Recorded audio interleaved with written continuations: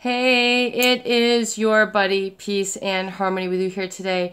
And we're zooming in and focusing in on a great viewer question. And that was for me to discuss the topic of conditional love, especially when it comes to a relationship with a covert narcissist. Now, when we talk about a covert narcissist, we're talking about someone who is generally very quiet, very passive, very retreating, and very stoic when it comes to really letting you know how they feel, what they think, what their plans are, how they feel about the current situation. And it tends to be really sort of draining on others by virtue of this secretiveness. Now, most people want to have a certain degree of conversation. They have a certain egoic need, which is a healthy narcissistic need, for validation, to be acknowledged, to have eye contact, to have personal warmth. These are natural human needs.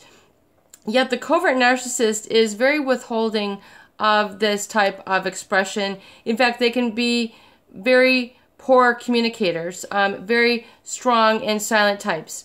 And not in the sort of innocent sense where, someone might be just very sort of quiet or introverted, introspective, but it's more to the point where they are secretive and they use this as a form of manipulation. In other words, they don't really communicate what is needed to be communicated. They will use this as a form of manipulation, which then creates a whole abundance of activity or conditional love on the part of the other half of the relationship. Whoever that covert narcissist is relating to, it creates a whole sort of void, or really the gestalt, the conditional love that is required to keep the relationship going. And the tolerance for this oftentimes can be extenuated through years, if not decades, where another individual is caught up in conditional love to receive the feeling of being connected or whole or in a happy relationship. In other words, you have to do a lot to pull out of, pull information or communication out.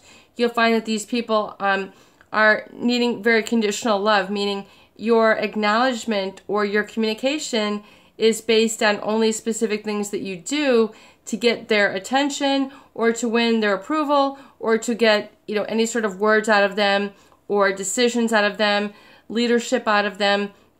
They can be extremely passive, so this creates a whole conglomerate of, or sort of a tug of war of conditional love, meaning that you only feel loved, you only feel acknowledged, you only feel content, you only feel peace and harmony with this person when you have done something to take care of them, to validate them, to prop them up, to be their supply.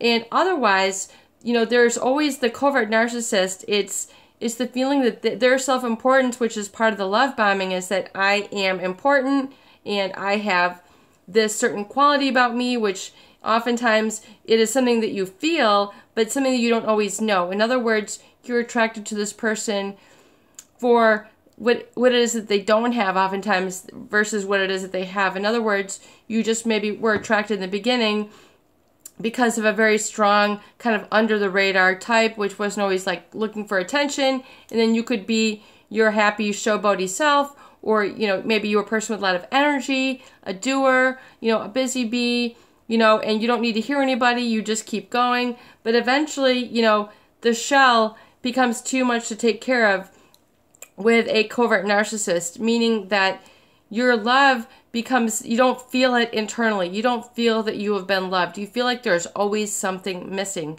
And that is the trauma with these relationships, because you feel like you cannot just always be with them. There's something that you have to do to prove yourself. You have to prove you are worthy to them. You can't just be, you're not loved for who you are, which is unconditional love. It's meaning no matter what, you are loved. You don't have to do something. You don't have to say something. You don't have to prove yourself to me. You are loved. And this seems so ultra simple, yet in our society today, which we could go on and discuss all day, is the topic of conventional love and how oftentimes this is advertised. It's not who you are, it's what you have. It's not, who you are or a state of being. You always have to be doing something to be a loved or valued individual. So this conditional state of regard means and that it is plagued with uncertainty, because there's always an uncertainty that what you're going to do, i.e. to do for them or to prove, may or may not be met with positive regard. So then becomes this over-obligating or codependency, trying to enable them while your needs aren't being met. They're not even heard, and they are just negated. So people end up feeling that they have missed the boat. They've missed their life. They haven't done what they've wanted to do for themselves. Their life purpose has then been built around this conditional love, what they've been doing to please this person. In other words, it's gotten into such their template in the relationship, in such a very sort of deep or profound trauma bond, that all their decisions tend to revolve around pleasing this other person. In other words, in the back of their mind, when so-and-so approve of this? Would they acknowledge this? Would they, love this? Versus, having yourself, what you have identified as worthy yourself. In other words, your authentic self. And so, there becomes this imposter-like being, a person. You have to be an imposter. You can't be yourself around this person for fear, that you're not going to get the acknowledgement that you need. So there's like an imposter-like life, and it becomes too much like a winner-loser battle. So you need to really kind of flip that around, and then know that you are a winner yourself in a B state. By the virtue of that you are watching this, I know you are a winner, because you know deep down inside that you deserve better. And scream it out. Yes, scream it out now. I deserve better. I am deserving. I am worthy. I am me, and I am free, and I can be my authentic self, and I am lovable just the way that I am. I don't have to put on a party. I don't have to put on a show. I don't have to work and struggle my entire life to become worthy enough to receive love, because then it's based on giving and you're not able to receive. So I find that very many viewers who have been in a relationship with a covert narcissist, they are very uncomfortable receiving. They have the social anxiety. They have the complex PTSD, the ruminations, going on and on. I am not good enough. And these flashbacks fill their memory bank and then interrupt all their decisions. So you need to de-identify or separate yourself from that feeling that had given you this decision-making state, which, in other words, that fight or flight, I must survive, I must do, and it's sort of that fear-based, mogul that's intimidating you. It's like a quiet intimidation. So that is covert, that is conditional love. So you have to realize that you are lovable for who you are and for the fact that you've arrived here. And once you own that yourself, like your own internal real estate, I am lovable just the way that I am. It's not based on anything that I'm doing. It's based on who I am. And I know because I understand unconditional love. And that's really what life is about. But it's so perverted. It's so distorted. Especially a lot of people are disappointed in life today, and that it's so driven by a lot of these conditional needs being met. In other words, people don't even know, they're not even in touch with the values that run their life. They just start consuming, and they're just consuming mind-numbing situations. They're not thinking for themselves. They're not creating for themselves. They're not being productive. They're getting stuck in this sort of, busybody, mediocre life where they're just sort of stuck. And they're not really able to do the things that they are capable of. So that's what it's really all about. Know that you are lovable. Know that you deserve to give and receive love. Your love is not all about the giving. It's not about having the best back scratch, being the best lover, the best cooker. You might have these things, but you deserve to have your match who has been introduced to wholeness before they met you. So it's like what is it, the great it's on the tip of my tongue here. It's going to come to me here in a moment.